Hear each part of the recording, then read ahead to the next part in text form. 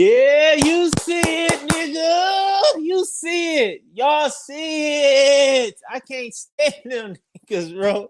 I cannot stand the Clippers. They get on my nerves. You see it.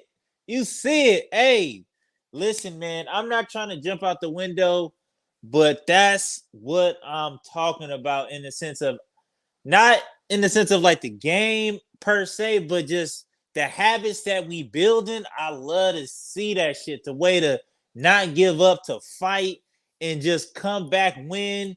And it's just like that's the kind of shit that you build off on to get a championship team. Those kind of wins, these kind of games, like this is where that shit get made. You know what I mean?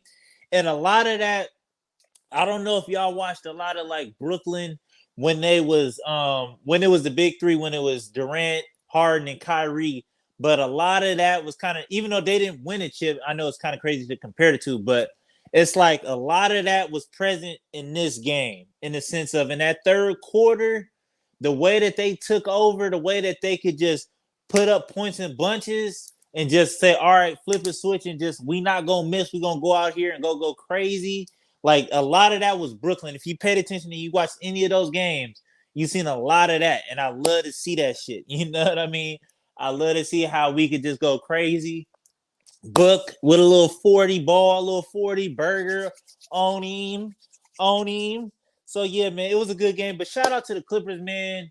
They look crazy. Tyronn Lue is gonna get them to the play-in or playoff spot. Like it's so crazy to me just watching it. It's just like, damn, Tyronn, that first half, I was like, damn, Tyronn Lue really out here coaching some shit. He really got the password to the Suns offense servers and shit. So it's just like it was crazy in the way that they was using Zubac in the first half.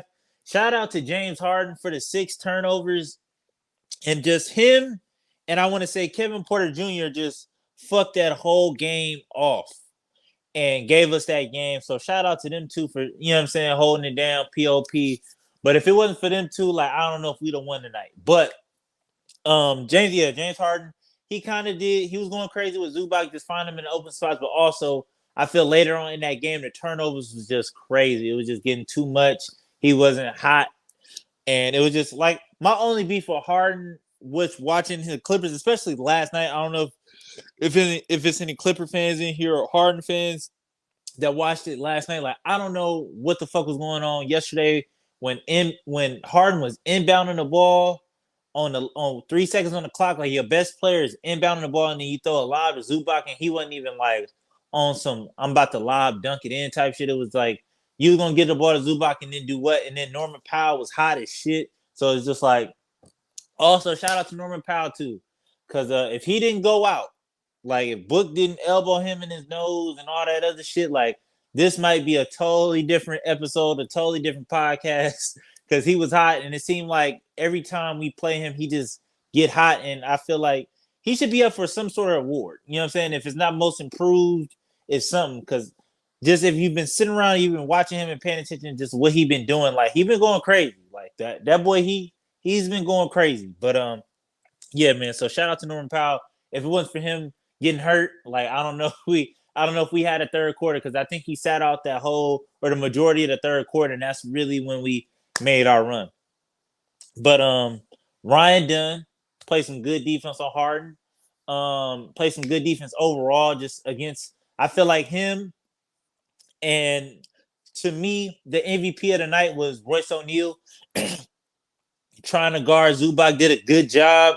Just getting all kind of steals, just all kind of deflections, blocks. You know what I'm saying? Just all the hustle plays, all the hustle points on the offense and the defensive side. And he finished with I think 21 points. So he was definitely the MVP of the night. Even though, like I said, Book finished with 40. But if you sat down and really watched the game, it was that run and especially him knocking down all those threes in that third quarter. Definitely helped. But to get to the negatives that I did notice, okay, just to bring it down, bring it back, bring it back down to earth. It's a problem with Nurk. Nurk is a problem, but he looked good in the second half. But that first half is atrocious, and I feel like that first half happens too much for me. For my liking, it happens too much. But it's a problem. I feel like him and KD have to stop bringing up the ball. Like they have to let Tyus Jones run the offense and bring it up, set it up, run the plays. Just watching him, watching Nurk, and watching KD trying to get people the ball on backdoor cuts or handoffs, that shit literally hurts my eyes. And every time I see KD dribble, I know we can't say much because he KD and all the other shit. I get it, but please, Mister Slim Reaper, sir, like just worry about getting buckets. Like you do not have to play make. Like nobody's gonna be mad, no matter where you shoot it from. You can shoot that bitch from. You could. Only time I really want to see you bring it up is if you're gonna take 1 or 2 steps across that half court line and shoot it. You know what I'm saying? And I guarantee nobody will be mad at that shot at all. But like I said, I feel like it's him and Nurk doing that, not getting back in transition, and that's what's killing us. And a lot of that was happening in the first half. And when they kind of let Tyus Jones run the show, do his thing, kind of bust open that 3-2 zone, get people open and shit like that, and just let him do his thing. He finished with 11 assists tonight, and it's still not enough for me. Yeah, because I'm looking at Tyus Jones. I'm thinking that he should minimum on a nightly basis should minimum have 10 assists. Like I'm looking at 10 to 15 assists a night with Tyus Jones, and I don't think that's a far fetched like ask. I get it, but I don't think, especially when you got the talent that you got, I don't think that's a far fetched ask, especially when you got Ryan Dunn knocking down threes and Royce O'Neal knocking down threes like that. But another negative I will say is like Grayson Allen, aka G Baby. He looked bad, y'all. I'm not gonna cap. I am not gonna cap. He looked bad. He looked out of shape. Like I'm not trying to get on him too much, like his personal, but like he looked a little out of shape. Like the shot not falling. And to me, this is my personal opinion. I feel like when people start to work out and lift and do like the heavy lifting, that's when they shot kind of go away. Like that's just my personal opinion. I don't have no facts. I don't have no stats to kind of back that up. But I tend to notice when people pick up muscle, that's when the shot go. You know what I mean? Like you can't have both. So, but yeah, he just looked bad. Like we just need him to knock down threes. He took a couple. He forced a few of them. That's not really like his vibe. They wasn't wide open or no shit like that. But still, last year those was falling, and those was the ones that kind of kept us afloat throughout the year.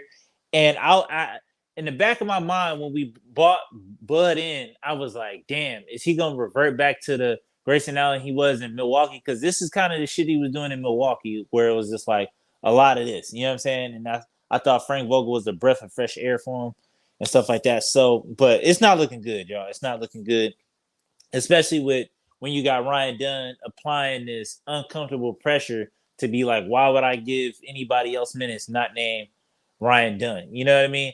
And speaking of Ryan Dunn and minutes, also the minutes is there for you, dog. You just got to take them. You got to take them because Nurk can't get it done, and Mason Plumlee can't get it done. And shout out to James Harden, like I said, and KP, because they just completely went away from Zubac. Zubac was killing us. And I feel like that is probably going to be the kryptonite. I'm glad that we kind of can identify it and know it early. Like our kryptonite is when another team has a big man, a big physical big man down there in the post. Luckily, don't nobody else like in the league. That's like a rare, like nobody really has traditional bigs no more.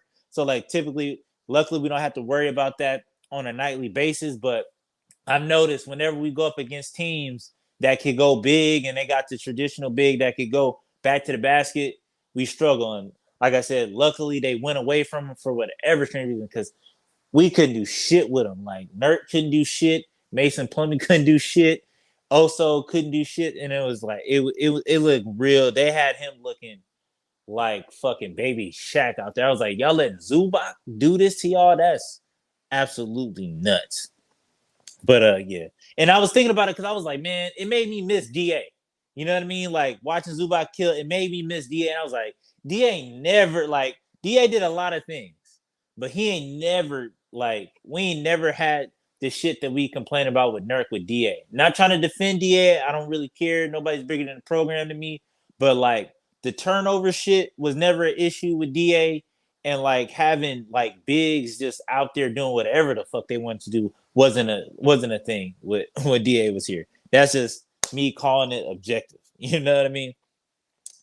But yeah, man. So this shit look good. You know what I'm saying? And I seen tonight the Suns play defense when they want to, which is like, all right, like I guess I get it, like because that third quarter they kind of cut it on, and I was like, damn, where was all this defensive intensity and deflections and the people reaching in, getting steals and boards and blocks and contesting? Like, where was all that shit at in the first half? And it's like, okay, like y'all can't play it for 48 minutes, but y'all can play it in spurts. So I can't really complain too much, but it is what it is. Another thing I noticed, like on the negative, like Book, we gotta stop the flopping.